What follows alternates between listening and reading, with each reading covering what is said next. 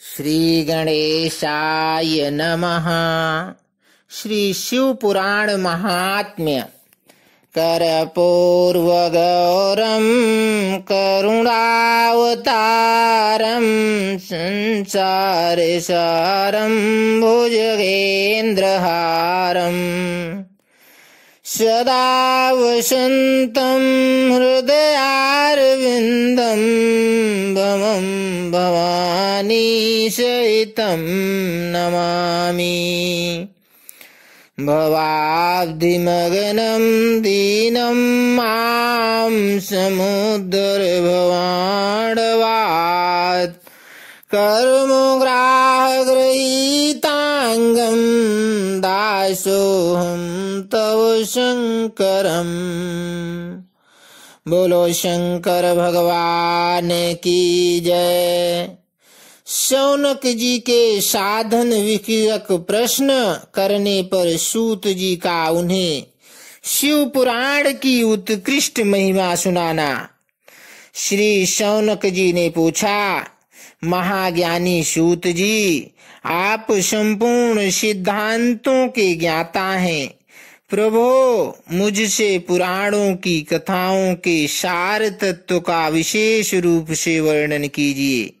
ज्ञान और वैराग्य सहित भक्ति से प्राप्त होने वाले विवेक की वृद्धि कैसे होती है तथा साधु पुरुष किस प्रकार अपने काम, क्रोध आदि मानसिक विकारों का निवारण करते हैं। इस घोर कलिकाल में जीव प्रायः आसुर स्वभाव के हो गए हैं। उस जीव समुदाय को शुद्ध दैवी संपत्ति से युक्त बनाने के लिए सर्वश्रेष्ठ उपाय क्या है? आप इस समय मुझे ऐसा कोई शाश्वत साधन बताइए जो कल्याणकारी वस्तुओं में भी सबसे उत्कृष्ट एवं परम मंगलकारी हो तथा पवित्र करने वाले उपायों में भी सर्वोत्तम पवित्र कारक उपाय हो। तात वो साधन ऐसा हो जिसके अनुष्ठान से शीघ्र ही अंतःकरण की विशेष शुद्धि हो जाए तथा उससे निर्मल चित्त वाले पुरुष को सदा के लिए शिव की प्राप्ति हो जाए। श्री सूत जी ने कहा, मुनि श्रेष्ठ शौनक, तुम धन्य हो, क्योंकि तुम्हारे हृदय में पुराण कथा सुनने का विशेष प्रेम एवं लालसा है।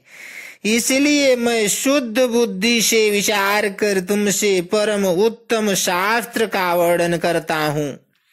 वत्स, वह संपूर्ण शास्त्रों के सिद्धांत से संपन्न भक्ति आदि को बढ़ाने वाला तथा भगवान शिव को संतुष्ट करने वाला है। कानों के लिए रसायन अमृत स्वरूप तथा दिव्य है, तुम उसे श्रवण करो। मुने, वह परम उत्तम शास्त्र है शिव पुराण, जिसका पूर्व काल में भगवान शिव ने ही प्रवचन किया था। यह काल रूपी सर्प से प्राप्त होने वाले महान त्रास का विनाश करने वाला उत्तम साधन है। गुरुदेव व्यास ने सनत कुमार मुनि का उपदेश पाकर बड़े आदर से संक्षेप में ही इस पुराण का प्रतिपादन किया है। इस पुराण के प्रणयन का उद्देश्य है कलियुग में उत्पन्न होने वाले मनुष्यों के परम हित का साधन। यह शिव पुराण परम उत्तम शास्त्र है।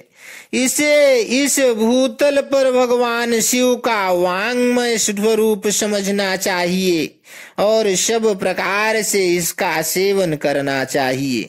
इसका पठन और श्रवण सर्व साधन रूप है। इससे शिव भक्ति पाकर श्रेष्ठतम स्थिति में पहुंचा हुआ मनुष्य शीघ्र ही शिव पद को प्राप्त कर लेता है। इसीलिए संपूर्ण यत्न करके मनुष्यों ने इस पुराण को पढ़ने की इच्छा की है अथवा इसके अध्ययन को अभीष्ट साधन माना है।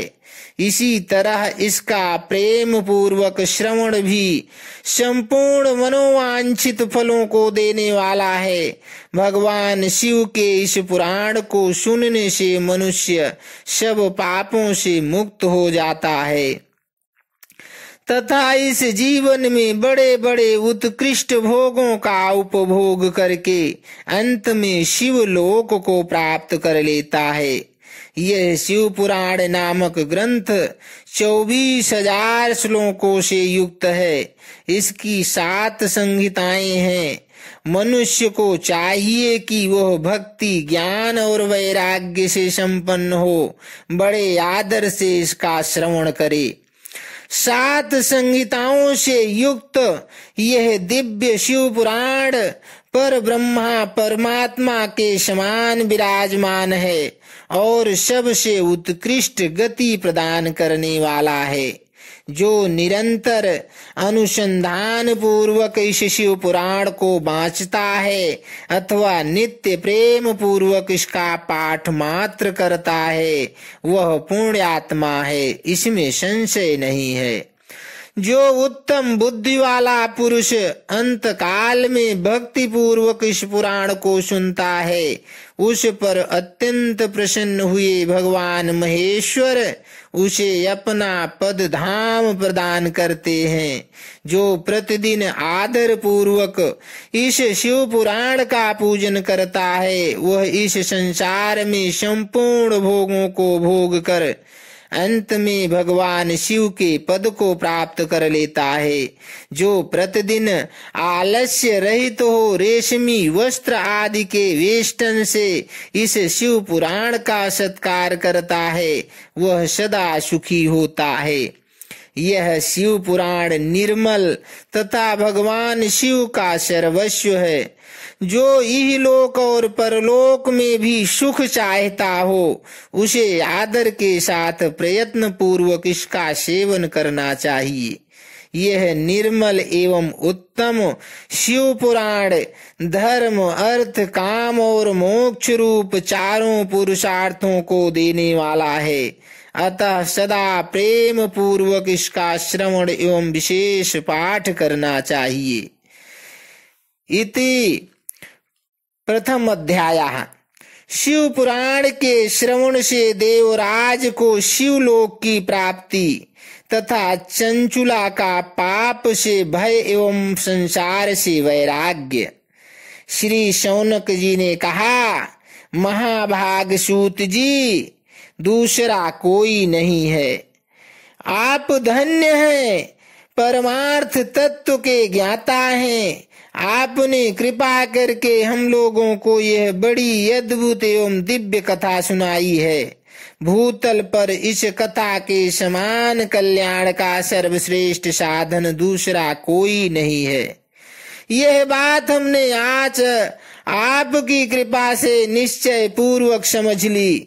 सूत जी, कलयुग में इस कथा के द्वारा कौन कौन से पापी शुद्ध होते हैं, उन्हें कृपा पूर्वक बतलाइए और इस जगत को कृतार्थ कीजिए।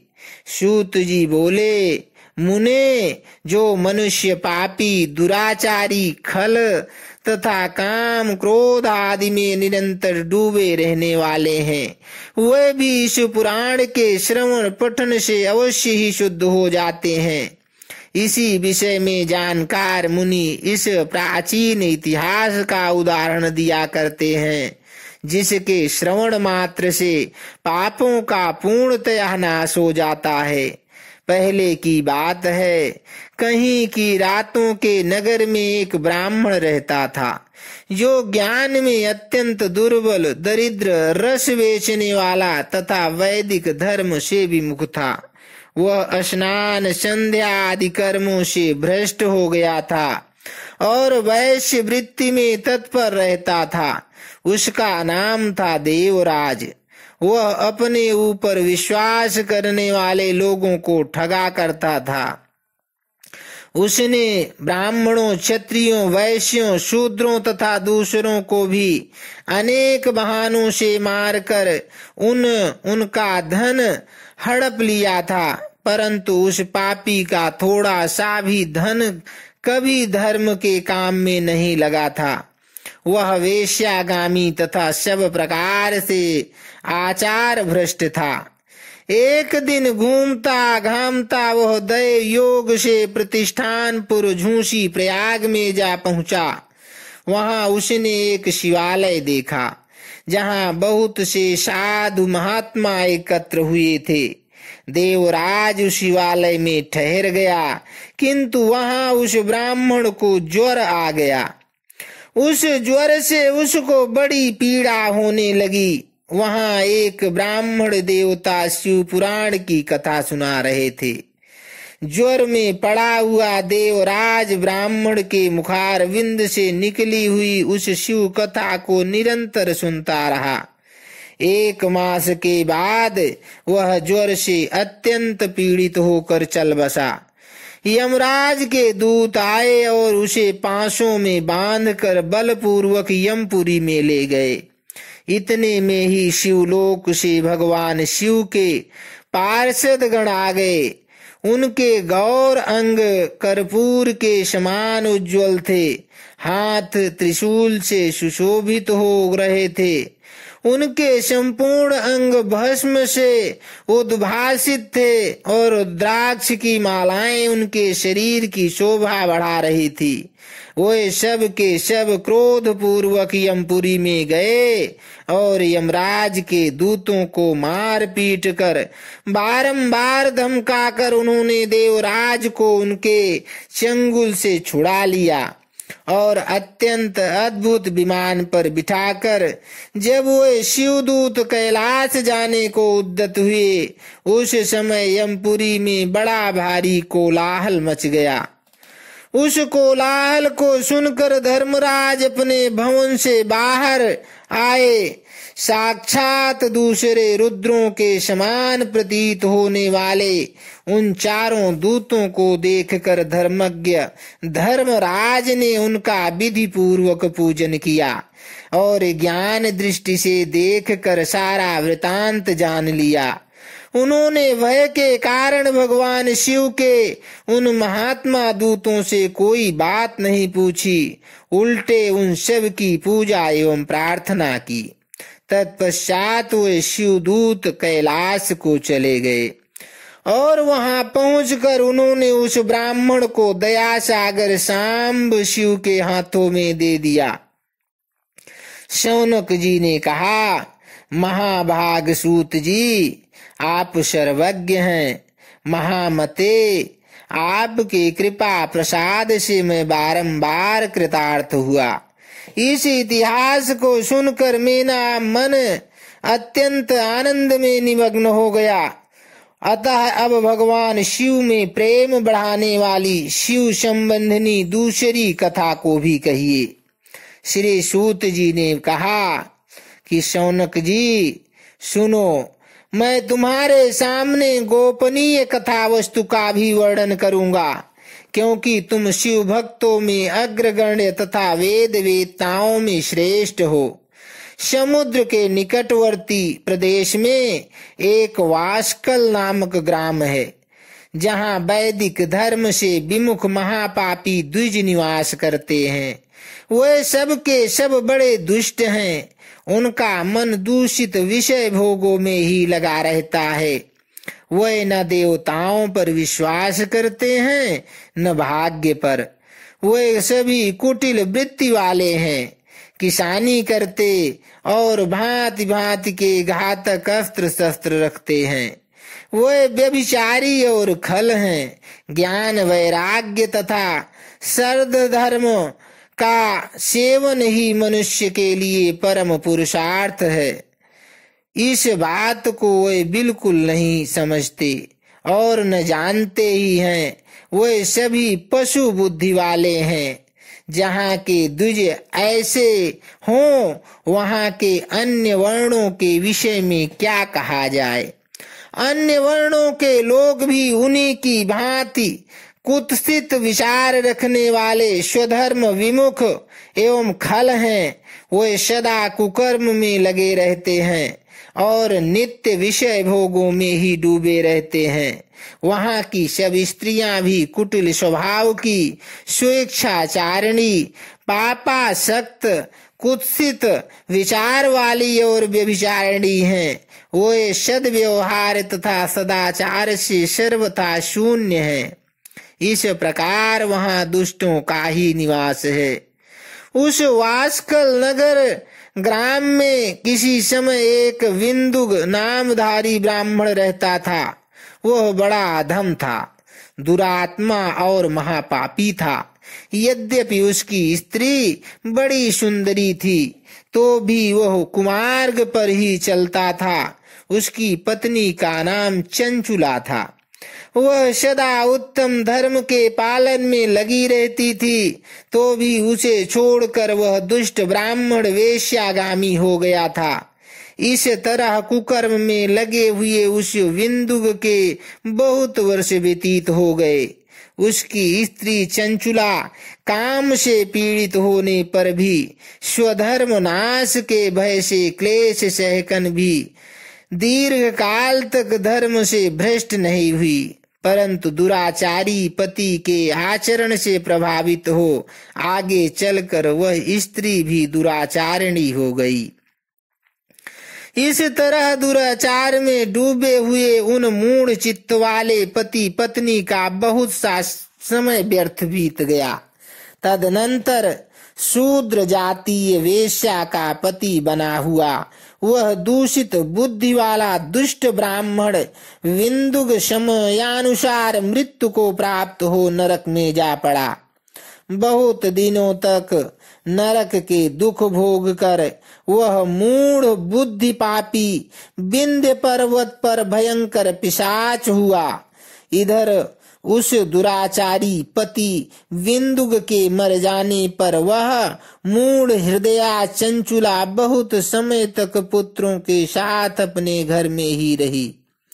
एक दिन दैव योग से किसी पुण्य पर्व के आने पर वह स्त्री भाई बंधुओं के साथ गोकर्ण क्षेत्र में गई। तीर्थ यात्रियों के संग से उसने भी उस समय जाकर किसी तीर्थ के जल में स्नान किया। फिर साधारणतया मेला देखने की दृष्टि से बंधुजनों के साथ यत्र तत्र घूमने लगी। घूमती घामती किसी देव मंदिर में गई और वहां उसने एक दैवज्ञ ब्राह्मण के मुख से भगवान शिव की परम पवित्र एवं मंगलकारिणी उत्तम पौराणिक कथा सुनी। कथावाचक ब्राह्मण कह रहे थे कि जो स्त्रियां पर पुरुषों के साथ व्यभिचार जाती हैं करती हैं, वह मरने के बाद जब यमलोक में जाती हैं तब यमराज के दूत उनकी योनि में तपे हुए लोहे का परिघ डालते हैं। पौराणिक ब्राह्मण के मुख से यह वैराग्य बढ़ाने वाली कथा सुनकर चंचुला भय से व्याकुल हो वहां कांपने लगी। जब कथा समाप्त हुई और सुनने वाले सब लोग वहां से बाहर चले गए, तब वह भयभीत नारी एकांत में शिव पुराण की कथा बांचने वाले उस ब्राह्मण देवता से बोली। चंचुला ने कहा, ब्राह्मण, मैं अपने धर्म को नहीं जानती थी, इसलिए मेरे द्वारा बड़ा दुराचार हुआ है। स्वामिन, मेरे ऊपर अनुपम कृपा करके आप मेरा उद्धार कीजिए। आज आपके वैराग्य रस से ओतप्रोत इस प्रवचन को सुनकर मुझे बड़ा भय लग रहा है। मैं कांप उठी हूँ और मुझे इस संसार से वैराग्य हो गया है। मुझ मूढ़ चित्त वाली पापनी को धिक्कार है। मैं सर्वथा निंदा के योग्य हूँ, कुत्सित विषयों में फंसी हुई हूँ और अपने धर्म से विमुख हो गई हूँ। हाय, न जाने किस किस घोर कष्टदायक दुर्गति में मुझे पड़ना पड़ेगा और वहाँ कौन बुद्धिमान पुरुष कुमार्ग में मन लगाने वाली मुझ पापनी का साथ देगा। मृत्यु काल में उन भयंकर यमदूतों को मैं कैसे देखूंगी। जब वे बलपूर्वक मेरे गले में फंदे डालकर मुझे बांधेंगे, तब मैं कैसे धीरज धारण कर सकूंगी। नरक में जब मेरे शरीर के टुकड़े टुकड़े किए जाएंगे, उस समय विशेष दुख देने वाली उस महायातना को मैं वहां कैसे सहूंगी। हाय, मैं मारी गई, मैं जल गई, मेरा हृदय विदीर्ण हो गया और मैं सब प्रकार से नष्ट हो गई, क्योंकि मैं हर तरह से पाप में ही डूबी रही हूँ। ब्राह्मण, आप ही मेरे गुरु हैं, आप ही माता और आप ही पिता हैं। आपकी शरण में आई हूँ, कृपया मुझे दीन अबला का आप ही उद्धार कीजिए, उद्धार कीजिए ब्राह्मण देवता। सूत जी कहते हैं, शौनक, इस प्रकार खेद और वैराग्य से युक्त हुई चंचुला ब्राह्मण देवता के दोनों चरणों में गिर पड़ी। तब उन बुद्धिमान ब्राह्मण ने कृपा पूर्वक उसे उठाया और इस प्रकार कहा। इति द्वितीय अध्याय संपूर्णः। चंचुला की प्रार्थना से ब्राह्मण का उसे पूरा शिव पुराण सुनाना और समयानुसार शरीर छोड़कर शिवलोक में जा चंचुला का पार्वती जी की सखी एवं सुखी होना। ब्राह्मण बोले, नारी, सौभाग्य की बात है कि भगवान शंकर की कृपा से शिव पुराण की इस वैराग्य युक्त कथा को सुनकर तुम्हें समय पर चेत हो गया है। ब्राह्मण पत्नी, तुम डरो मत, भगवान शिव की शरण में जाओ। शिव की कृपा से सारा पाप तत्काल नष्ट हो जाता है। मैं तुमसे भगवान शिव की कीर्ति कथा से युक्त उस परम वस्तु का वर्णन करूंगा, जिससे तुम्हें सदा सुख देने वाली उत्तम गति प्रदान होगी। शिव की उत्तम कथा सुनने से ही तुम्हारी बुद्धि इस तरह पश्चाताप से युक्त एवं शुद्ध हो जाएगी। साथ ही तुम्हारे मन में विषयों के प्रति वैराग्य हो गया है। पश्चाताप ही पाप करने वाले पापियों के लिए सबसे बड़ा प्रायश्चित है। सत्पुरुषों ने सबके लिए पश्चाताप को ही समस्त पापों का शोधक बताया है। पश्चाताप से ही पापों की शुद्धि होती है।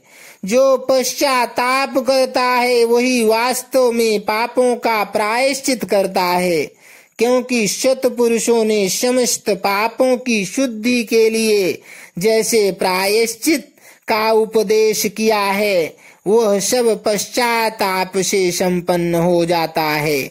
जो पुरुष विधि पूर्वक प्रायश्चित करके निर्भय हो जाता है, पर अपने कुकर्म के लिए पश्चाताप नहीं करता, उसे प्रायः उत्तम गति नहीं प्राप्त होती। परंतु जिसे अपने कृत्य पर हार्दिक पश्चाताप होता है, वह अत्यंत अवश्य उत्तम गति का भागी होता है, इसमें संशय नहीं।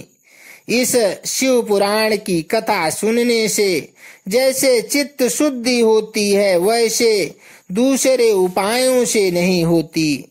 जैसे दर्पण साफ करने पर निर्मल मन हो जाता है, उसी प्रकार इस शिव पुराण की कथा से चित्त अत्यंत शुद्ध हो जाता है, इससे संशय नहीं है। मनुष्यों के शुद्ध चित्त में जगदम्बा पार्वती सहित भगवान शिव विराजमान रहते हैं। इससे वह विशुद्ध आत्मा पुरुष श्री शाम्ब सदाशिव के पद को प्राप्त होता है। इस उत्तम कथा का श्रवण समस्त मनुष्यों के लिए कल्याण का बीज है। अतः यथोचित शास्त्रोक्त मार्ग से इसकी आराधना अथवा सेवा करनी चाहिए। यह भव बंधन रूपी रोग का नाश करने वाली है। भगवान शिव की कथा को सुनकर फिर अपने हृदय में उसका मनन एवं निधि ध्यान करना चाहिए। इससे पूर्णतः चित्त शुद्ध हो जाती है। चित्त शुद्धि होने से महेश्वर की भक्ति अपने दोनों पुत्रों ज्ञान और वैराग्य के साथ निश्चय ही प्रकट होती है। तत्पश्चात महेश्वर के अनुग्रह से दिव्य मुक्ति प्राप्त होती है, इसमें संशय नहीं है। जो मुक्ति से वंचित है उसे पशु समझना चाहिए, क्योंकि उसका चित्त माया के बंधन में आसक्त है। वह निश्चय ही संसार बंधन से मुक्त नहीं हो पाता। ब्राह्मण पत्नी, इसलिए तुम विषयों से मन को हटा लो और भक्ति भाव से भगवान शंकर की इस परम पावन कथा को सुनो। परमात्मा शंकर की इस कथा को सुनने से तुम्हारे चित्त की शुद्धि होगी और इससे तुम्हें मोक्ष की प्राप्ति हो जाएगी। जो निर्मल चित्त से भगवान शिव के चरणार बिंदों का चिंतन करता है उसकी एक ही जन्म में मुक्ति हो जाती है। यह मैं तुमसे सत्य सत्य कहता हूँ। सूत जी कहते हैं, शौनक, इतना कहकर वह श्रेष्ठ शिव भक्त ब्राह्मण चुप हो गए। उनका हृदय करुणा से आर्द्र हो गया था। वह शुद्ध चित्त महात्मा भगवान शिव के ध्यान में मग्न हो गए। तदनंतर विंदुक की पत्नी चंचुला मन ही मन प्रसन्न हो उठी। ब्राह्मण का उक्त उपदेश सुनकर उसके नेत्रों में आनंद के आंसू छलक आए थे। वह ब्राह्मण पत्नी चंचुला हर्ष भरे हृदय से उन श्रेष्ठ ब्राह्मण के दोनों चरणों में गिर पड़ी और हाथ जोड़कर बोली, मैं कृतार्थ हो गई। तत्पश्चात उठकर वैराग्य युक्त उत्तम बुद्धि वाली वह स्त्री जो अपने पापों के कारण आतंकित थी, उन महान शिव भक्त ब्राह्मण से हाथ जोड़कर गदगद वाणी में बोली। चंचुला ने कहा, ब्राह्मण शिव भक्तों में श्रेष्ठ स्वामिन, आप धन्य हैं, परमार्थदर्शी हैं और सदा परोपकार में लगे रहते हैं, इसलिए श्रेष्ठ साधु पुरुषों में प्रशंसा के योग्य हैं। साधो, मैं नरक के समुद्र में गिर रही हूँ, आप मेरा उद्धार कीजिए, उद्धार कीजिए। पौराणिक अर्थ तत्व से संपन्न जिस सुंदर शिव पुराण की कथा को सुनकर मेरे मन में संपूर्ण विषयों से वैराग्य उत्पन्न हो गया, उसी इस शिव पुराण को सुनने के लिए इस समय मेरे मन में बड़ी श्रद्धा हो रही है। सूत जी कहते हैं, ऐसा कहकर हाथ जोड़ उनका अनुग्रह पाकर चंचुला उस शिव पुराण की कथा को सुनने की इच्छा मन में लिए उन ब्राह्मण देवता की सेवा में तत्पर हो वहां रहने लगी। तदनंतर शिव भक्तों में श्रेष्ठ और शुद्ध बुद्धि वाले उन ब्राह्मण देव ने उसी स्थान पर उस स्त्री को शिव पुराण की उत्तम कथा सुनाई। इस प्रकार उस गोकर्ण नामक महाक्षेत्र में उन्हीं श्रेष्ठ ब्राह्मण से उसने शिव पुराण की वह उत्तम परम उत्तम कथा सुनी जो भक्ति ज्ञान और वैराग्य को बढ़ाने वाली तथा मुक्ति देने वाली है। उस परम उत्तम कथा को सुनकर वह ब्राह्मण पत्नी अत्यंत कृतार्थ हो गई। उसका चित्त शीघ्र ही शुद्ध हो गया। फिर भगवान शिव के अनुग्रह से उसके हृदय में शिव के सद्गुण स्वरूप का चिंतन होने लगा। इस प्रकार उसने भगवान शिव में ही लगी रहने लगी और उत्तम बुद्धि पाकर शिव के सच्चिदानंदमय स्वरूप का बारंबार चिंतन आरंभ किया। तत्पश्चात समय के पूरे होने पर भक्ति ज्ञान और वैराग्य से युक्त हुई चंचुला ने अपने शरीर को बिना किसी कष्ट के त्याग दिया। इतने में ही त्रिपुर शत्रु भगवान शिव का भेजा हुआ विमान आ गया, द्रुत गति से वहां पहुंचा, जो उनके अपने गणों से संयुक्त और भांति भांति के शोभा साधनों से संपन्न था। चंचुला उस विमान पर आरूढ़ हुई और भगवान शिव के श्रेष्ठ पार्षदों ने उसे तत्काल शिवपुरी में पहुंचा दिया। उसके सारे मल धुल गए थे, वह दिव्य रूप धारिणी दिव्यांगना हो गई थी। उसके दिव्य अवयव उसकी शोभा बढ़ाते थे। मस्तक पर अर्धचंद्र का मुकुट धारण किए वह गौरांगी देवी शोभाशाली दिव्य आभूषणों से विभूषित थी। शिवपुरी में पहुंचकर उसने सनातन देवता त्रिनेत्रधारी महादेव जी को देखा। सभी मुख्य मुख्य देवता उनकी सेवा में खड़े थे। गणेश, भृंगी, नंदीश्वर तथा वीरभद्रेश्वर आदि उनकी सेवा में उत्तम भक्तिभाव से उपस्थित थे। उनकी अंग कांति करोड़ों सूर्यों के समान प्रकाशित हो रही थी। कंठ में नील चिन्ह शोभा पाता था। 5 मुख और प्रत्येक मुख में 3-3 नेत्र थे। मस्तक पर अर्धचंद्राकार मुकुट शोभा देता था।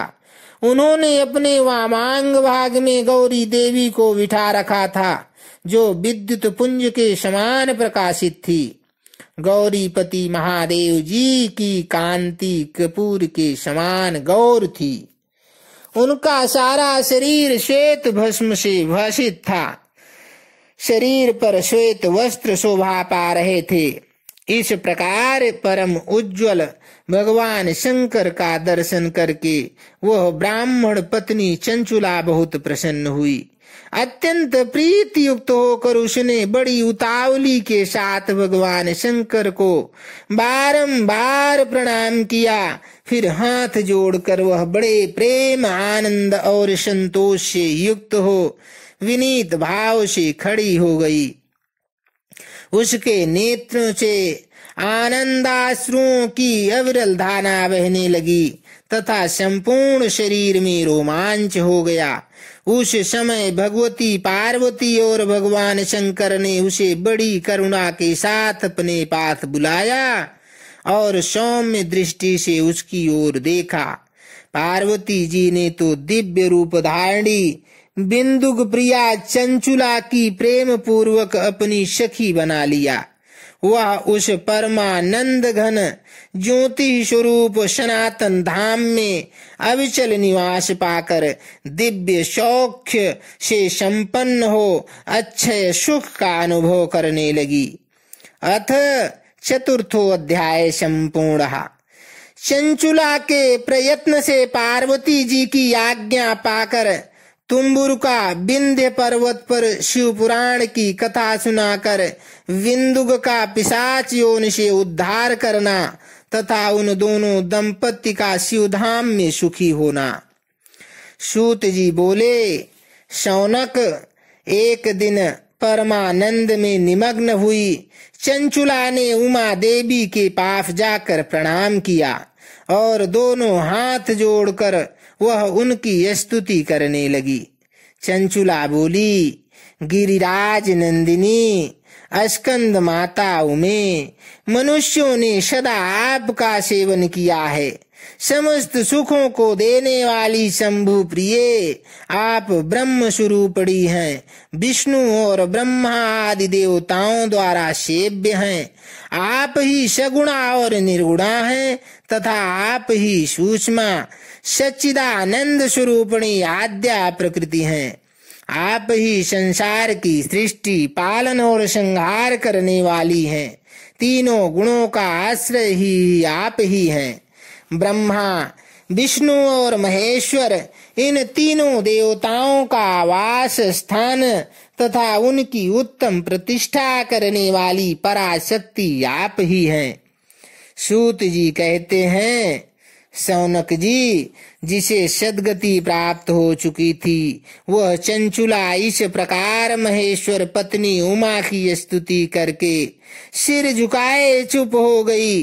उसके नेत्रों में प्रेम के आंसू उमड़ रहे थे तब करुणा से भरी हुई शंकर प्रिया भक्त वत्सला पार्वती देवी ने चंचुला को संबोधित करके बड़े प्रेम से इस प्रकार कहा।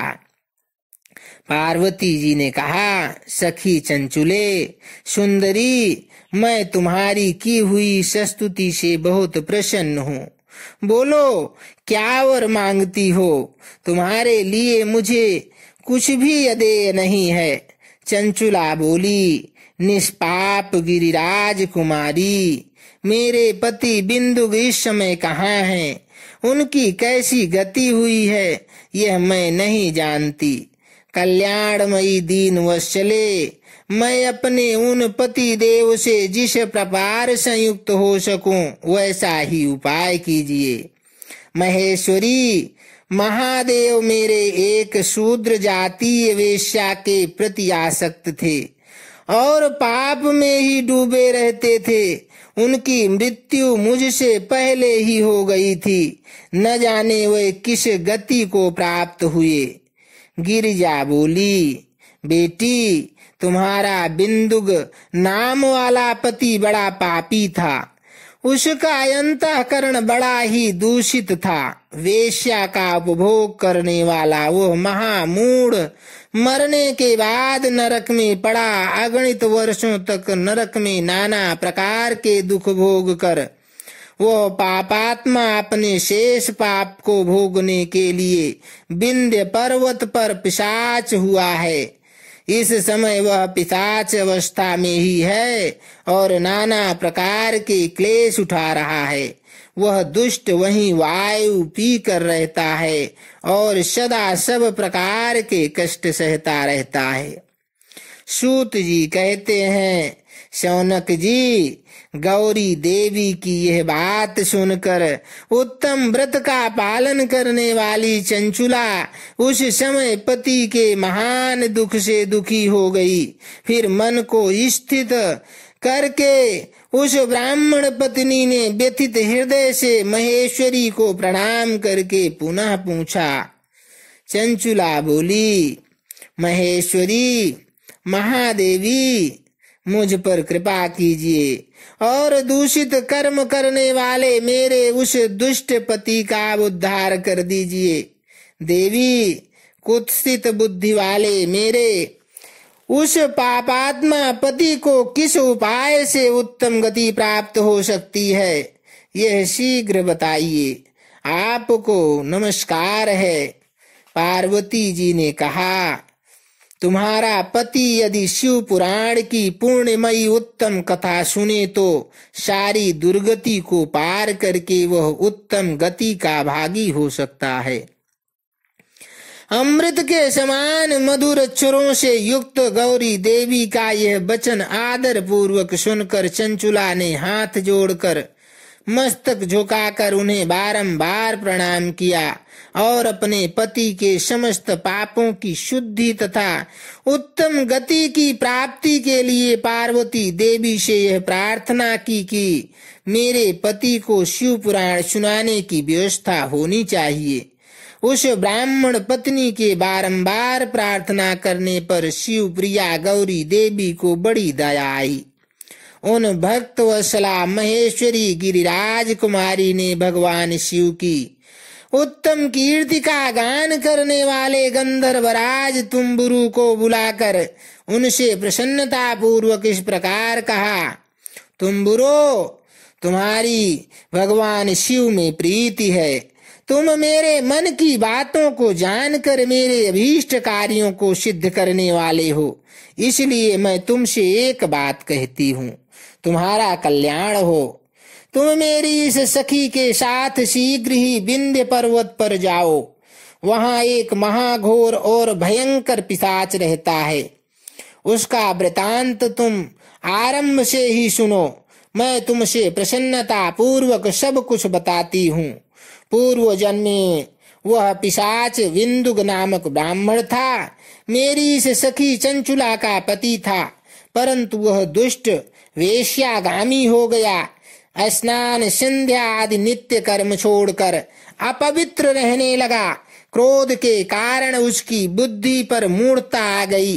वह कर्तव्य का विवेक नहीं कर सका और अभक्ष्य भक्षण, सज्जन से द्वेष और दूषित वस्तुओं का दान लेना, यही उसका स्वाभाविक कर्म बन गया था। वह अस्त्र शस्त्र लेकर हिंसा करता, बाएं हाथ से खाता, दीनों को सताता और क्रूरता पूर्वक पराये घरों में आग लगा देता था। चांडालों से प्रेम करता और प्रतिदिन वेश्या के संपर्क में रहता था। बड़ा दुष्ट था वह पापी, अपनी पत्नी का परित्याग करके दुष्टों के संग में ही आनंद मानता था। वह मृत्यु पर्यंत दुराचार में ही फंसा रहा। फिर अनंत काल आने पर उसकी मृत्यु हो गई। वह पापियों के भोग स्थान घोर यमपुर में गया और वहां बहुत नरकों का उपभोग करके वह दुष्टात्मा जीव इस समय विंध्य पर्वत पर पिशाच बना हुआ है। वही वह दुष्ट पिशाच अपने पापों का फल भोग रहा है। तुम उसके आगे यत्न पूर्वक शिव पुराण की उस दिव्य कथा का प्रवचन करो, जो परम पुण्यमयी तथा समस्त पापों का नाश करने वाली है। शिव पुराण की कथा का श्रवण सबसे उत्कृष्ट पुण्य कर्म है। उससे उसका हृदय शीघ्र ही समस्त पापों से शुद्ध हो जाएगा और वह प्रेत योनि का परित्याग कर देगा। उस दुर्गति से मुक्त होने पर बिंदुक नामक पिशाच को मेरी आज्ञा से विमान पर बिठाकर तुम भगवान शिव के समीप ले आओ। सूत जी कहते हैं, शौनक जी, महेश्वरी उमा के इस प्रकार आदेश देने पर गंधर्वराज तुम्बुरु मन ही मन बड़े प्रसन्न हुए। उन्होंने अपने भाग्य की सराहना की। तत्पश्चात उस पिशाच की सती साध्वी पत्नी चंचुला के साथ विमान पर बैठकर नारद के प्रिय मित्र तुम्बुरु वेग पूर्वक विंध्याचल पर्वत पर गए, जहां वह पिशाच रहता था। वहां उन्होंने उस पिशाच को देखा। उसका शरीर विशाल था, ठोड़ी बहुत बड़ी थी। वह कभी हंसता, कभी रोता और कभी उछलता था। उसकी आकृति बड़ी विकराल थी। भगवान शिव की उत्तम कीर्ति का गान करने वाले महाबली तुम्बुरु ने उस अत्यंत भयंकर पिशाच को पांसों द्वारा बांध लिया।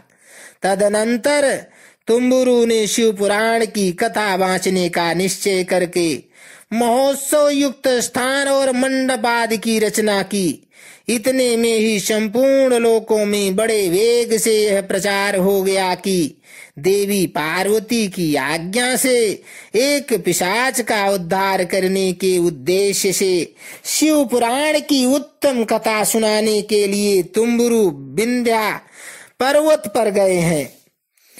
फिर तो उस कथा को सुनने के लोभ से बहुत देवर्षि भी शीघ्र ही वहां जा पहुंचे। आदर पूर्वक शिव पुराण सुनने के लिए आए हुए लोगों का उस पर्वत पर बड़ा अद्भुत और कल्याणकारी समाज जुट गया। फिर तुम्बुरु ने उस पिशाच को पांसों में बांधकर आसन पर बिठाया और हाथ में वीणा लेकर गौरी पति की कथा का गान आरंभ किया।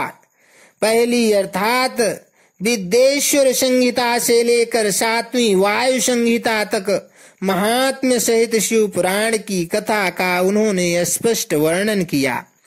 7 संहिताओं सहित शिव पुराण का आदर पूर्वक श्रवण करके वह सभी श्रोता पूर्णतः कृतार्थ हो गए। उस परम पुण्यमय शिव पुराण को सुनकर उस पिशाच ने अपने सारे पापों को धोकर उस पैशाचिक शरीर को त्याग दिया। फिर तो शीघ्र ही उसका रूप दिव्य हो गया। अंग कांति गौरवर्ण की हो गई। शरीर पर श्वेत वस्त्र तथा सब प्रकार के पुरुषोचित आभूषण उसके अंगों को उद्भासित करने लगे।